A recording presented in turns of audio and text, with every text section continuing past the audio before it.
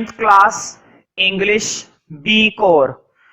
तो देखो समय आ गया है कि तुम्हारी बुक बीहाइव की हम पोयम नंबर 8 को पढ़ें, जिसमें से अब तक हमने 7 पोयम पढ़ ली हैं और बहुत ही कमाल की पोयम है, जिसमें से 8वीं पोयम अब हमारे सामने है, जिसका नाम है ऑन किलिंग अ ट्री।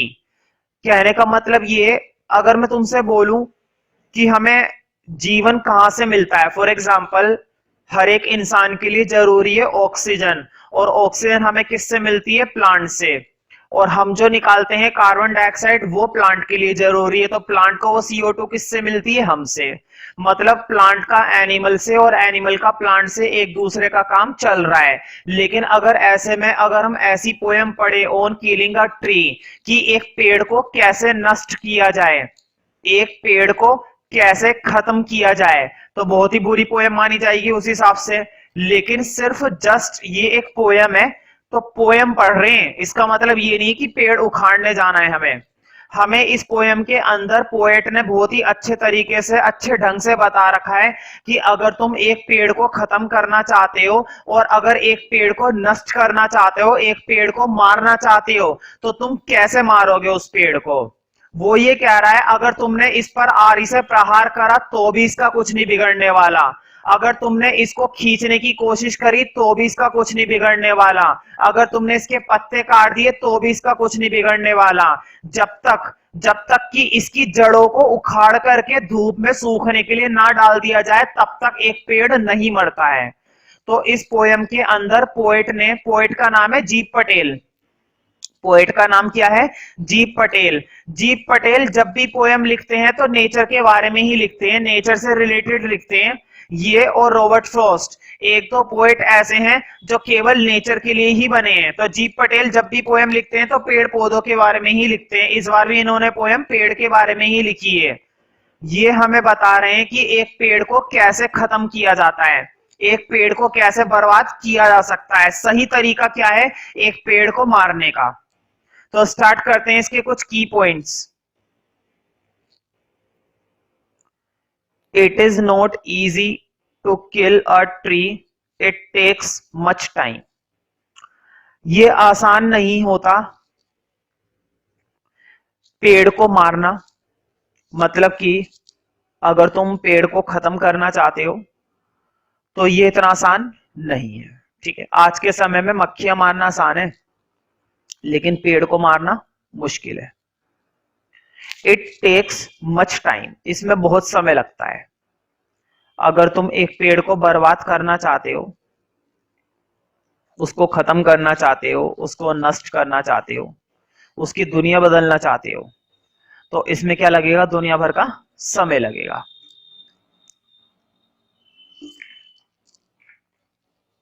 तुम लोग तो कर ही सकते हो, वैसे ही तुम्हारे पास खाली समय बहुत है ना, तुम लोग तो मार सकते हो। A tree grow on earth, एक पेड़ धरती पर ग्रो करता है, मतलब पनपता है, बढ़ता है। And feeds on it's crust, और धरती की लेयर के ऊपर ही, क्रस्ट का मतलब होता है वो परत होती है ना, धरती की परत, उसी के ऊपर वो अपना भोजन प्राप्त करता है। फीड का मतलब होता है भोजन, खाना, ठीक है, भोजन। और क्रस्ट मतलब उसकी परत, धरती की परत। एब्जॉर्ब ईयर ऑफ सनलाइट, सालों साल क्या एब्जॉर्ब करता है? सनलाइट, सूरज की रोशनी। एयर हवा, एंड वाटर, तुम्हें मालूम है ना, हवा, पानी और सूरज की रोशनी, मिट्टी, ये सब बहुत जरूरी होता है एक पेड़ के लिए, एक पौधे के लिए। थर्ड पॉइंट देखो, हैक एंड चॉप, खींचो और काटो। मतलब अगर हम किसी बड़ी चीज से उस पर प्रहार कर रहे हैं, उसको काट रहे हैं, तो भी उस पेड़ का कुछ भी नहीं बिगड़ने वाला, फिर से बारिश आएगी और वो फिर से एक विशाल पेड़ बन जाएगा। डज नॉट किल ट्री, ठीक है, उसको खींचकर काटना, इससे पेड़ नहीं बनने वाला। इट वाउंड्स द बार्क, इससे उसकी जो बार्क होती है, बार्क क्या होती है? पेड़ के ना बाहर की जो सबसे बाहर वाली छाल होती है, पेड़ की जो लकड़ी होती है, लकड़ी के सबसे बाहर वाली छाल होती है, सूख जाती है, उसे कहते हैं बार्क। तो ये कह रहा है कि इससे उसके बार्क पर क्या हो जाएंगे? जख्म हो जाएंगे। मतलब अगर तुम किसी बड़े चाकू से या बड़ी आरी से पेड़ पर प्रहार करते हो तो इसकी वजह से उस पर क्या हो जाएंगे, जख्म हो जाएंगे। वाउंस का मतलब होता है जख्म हो जाना और बार्क का मतलब होता है छाल। जब भी कोई शब्द मैं इंग्लिश से हिंदी में बोलता हूं और अगर वो शब्द तुम्हें मालूम नहीं होता तो उसे प्रॉपर तरीके से हाथों हाथ लिख लिया करो, ठीक है। तो उसकी बार्क पर क्या हो जाएंगे, जख्म हो जाएंगे। एंड मेक्स देम ब्लीड, और उसमें से क्या निकलने लगेगा, खून निकलने लगेगा। अब यहाँ पर पोएट की भावनाओं को समझो, वो कितनी गहराई में उतर गया है। उसने पेड़ को एक जीवित इंसान की तरह माना है। फॉर एग्जाम्पल, जैसे हमारे कहीं पे चोट लग जाती है, ये चक्कू वगैरह लग जाता है, तो बताओ हमारे भी क्या हो जाता है, जख्म हो जाता है, हमारे भी क्या निकलने लगता है, ब्लड निकलने लगता है। ठीक उसी प्रकार यहाँ पर पोएट ने इस पोएम में पेड़ को एक्सप्लेन करा है कि अगर तुम पेड़ पर प्रहार करोगे, पेड़ पर चक्कू मारोगे या कुछ प्रहार करोगे तो उससे उस पर क्या हो जाएंगे, जख्म हो जाएंगे और उसमें क्या होने लगेगी, ब्लीडिंग। ब्लीडिंग मतलब खून निकलने लगेगा। फोर्थ पॉइंट देखते हैं, the real strength of the tree lies in its root. तो वो बताते हैं कि जो असली ताकत होती है पेड़ की असली ताकत होती है वो किस में होती है, जड़ों में। The root are the most sensitive part of the tree. जो जड़ें होती हैं वो सबसे ज्यादा सेंसिटिव पार्ट, यानी कि बहुत ही ज्यादा सेंसिटिव कहने का मतलब एक तरीके से नाजुक कह सकते हैं, सबसे ज्यादा नाजुक हिस्सा, ठीक है।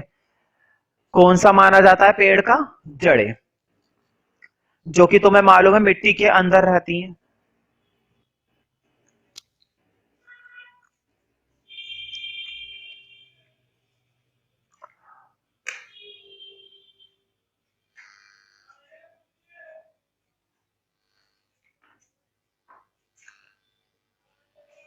तो किसके अंदर रहती हैं, मिट्टी के अंदर रहती हैं, ठीक है, मतलब मिट्टी के अंदर छुपी हुई होती हैं। When the roots are pulled out, they are white and wet. जब तुम जड़ों को खींचोगे, पुल्ड आउट का मतलब होता है खींचकर बाहर निकालना। दे आर व्हाइट, तो वो व्हाइट होंगी। हल्का हल्का उनपे क्या होता है, सब मैं ये नहीं कह रहा कि बिल्कुल व्हाइट कलर की होती है, सफेद होती है, ठीक है, लेकिन व्हाइटपन होता है उन पर, हल्का हल्का क्या होता है, सफेदपन होता है। और वो क्या होती है, गीली होती है।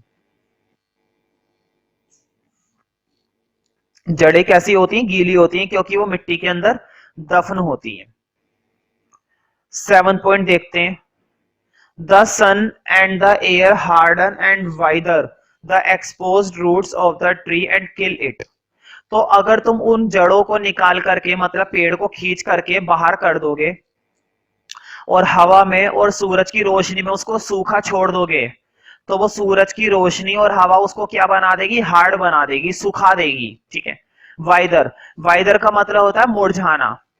तो सूरज की किरणों की वजह से और हवा की वजह से वो जड़ें पूरी तरीके से मुरझा जाएंगी और तब जाके वो पेड़ पूरी तरह से क्या हो जाएगा, खत्म हो जाएगा, मतलब कि मर जाएगा। तो यहाँ पर जी पटेल ने हमें की पॉइंट्स के अंदर प्रॉपर तरीके से ये समझाने की कोशिश करी है कि एक पेड़ को अगर तुम मारना चाहते हो, खत्म करना चाहते हो, तो किस प्रकार खत्म कर सकते हैं। उम्मीद करता हूं कि तुम्हें आ गया होगा कि एक पेड़ को कैसे खत्म किया जाए, ठीक है। एक अच्छा मेथड मैंने सिखा दिया, है ना। वैसे तो हमें कंप्लीट पोएम समझ में आ गई है, लेकिन फिर भी इसकी अब एक कंप्लीट समरी पढ़ लेते हैं, आखिर समरी के अंदर ऐसा क्या है। तो देखो वही सारी बातें, ठीक है, लेकिन थोड़ा सा एक्सप्लेन करने के तौर पर।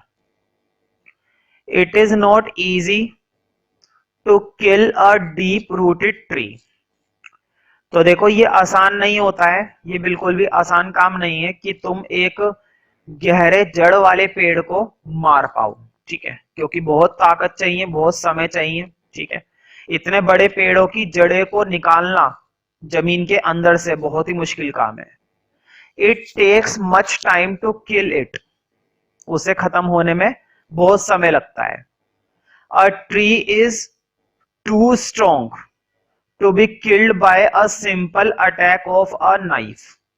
मतलब अगर तुम किसी मजबूत पेड़ पर अगर पेड़ पर तुम प्रहार कर भी रहे हो चक्कू से, तो एक साधारण सा प्रहार चक्कू का अगर तुम पेड़ के ऊपर करते हो तो उस पेड़ का कुछ भी नहीं बिगड़ने वाला। पेड़ उस चक्कू के मुकाबले बहुत ही ज्यादा क्या होता है, स्ट्रोंग होता है, मजबूत होता है। वो उस चक्कू के प्रहार को यूं ही सहन कर लेगा, उस चक्कू से तुम उसका कुछ भी नहीं बिगाड़ पाओगे। ठीक है। Second point, it has grown slowly consuming the earth. पेड़ जो होता है वो धीरे धीरे अर्थ का इस्तेमाल करता है, कंज्यूम करता है। कंज्यूम का मतलब होता है उपयोग करना। तुम्हें मालूम है ना, एक पेड़ धरती के अंदर अपनी जड़ों को बनाए रखता है, धरती के अंदर से जो भी उसको नेचुरल सब्सटेंस मिलते हैं वो उसका इस्तेमाल करता है, उसी से वो अपना भोजन प्राप्त करता है और वहीं पर वो अपनी सनलाइट को एब्जॉर्ब करता है। तो इस तरीके से एक पेड़ पनपता रहता है, धरती का इस्तेमाल करके क्रस्ट पर वो अपना भोजन एकत्रित करता है और सूरज की किरणों का इस्तेमाल करता है। थर्ड पॉइंट देखते हैं, the strength it has stored through a long period of hard work. तो उसकी जो ताकत होती है वो एक लंबे समय की मेहनत के बाद जाकर उसके अंदर बनती है। ठीक है। एक दिन की या 2 दिन की मेहनत नहीं होती उस पेड़ की, उस पेड़ ने सालों साल मेहनत की हुई होती है, तब जाके उसकी स्ट्रेंथ तैयार होती है। And patience can not be destroyed in one go. और उसके धैर्य, उसके अंदर भी धैर्य होता है, पेड़ के अंदर भी धैर्य होता है। इतने सालों से उसने खुद को शांत रखा है, धीरे धीरे खुद को बड़ा करा है, समय लगा करके, मेहनत लगा करके। तुम उसको एक झटके में बर्बाद नहीं कर पाओगे, करना भी चाहोगे तो कर नहीं पाओगे। When a tree is chopped, जब एक पेड़ पर प्रहार किया जाता है, the bark bleed but soon then they heal up। तो छाल पर ब्लीड निकलता है, मतलब खून निकलता है, लेकिन समय के साथ साथ जैसे हमारे जख्म भर जाते हैं ना, अगर हमारे चोट लग जाती है तो समय के साथ साथ हमारी प्रॉब्लम ठीक हो जाती है। बिल्कुल वही चीज इस पेड़ के साथ भी है, तो पेड़ के जख्म भी भर जाते हैं। And expand again to their former size, और वो वापस अपने उस साइज को बना लेता है, डेवलप कर लेता है। पांचवा पॉइंट देखते हैं, if one wants to kill a tree, अगर कोई फिर भी चाहता है पेड़ को खत्म करना, it has to pulled out of the anchoring earth, तो वो जो अर्थ के अंदर घुसा हुआ है उसको खींचना पड़ेगा। It's most sensitive part that is root, किसको खींचना पड़ेगा, रूट को। Has to be exposed to the sun, और उसे हमें खुला रख देना है सन में, एंड द एयर, और हवा में। Once it is done the tree is killed, और जब तुम ऐसा कर दोगे तब जाके एक पेड़ का क्या हो जाएगा, अंत हो जाएगा, मतलब एक पेड़ सही मायने में खत्म हो जाएगा।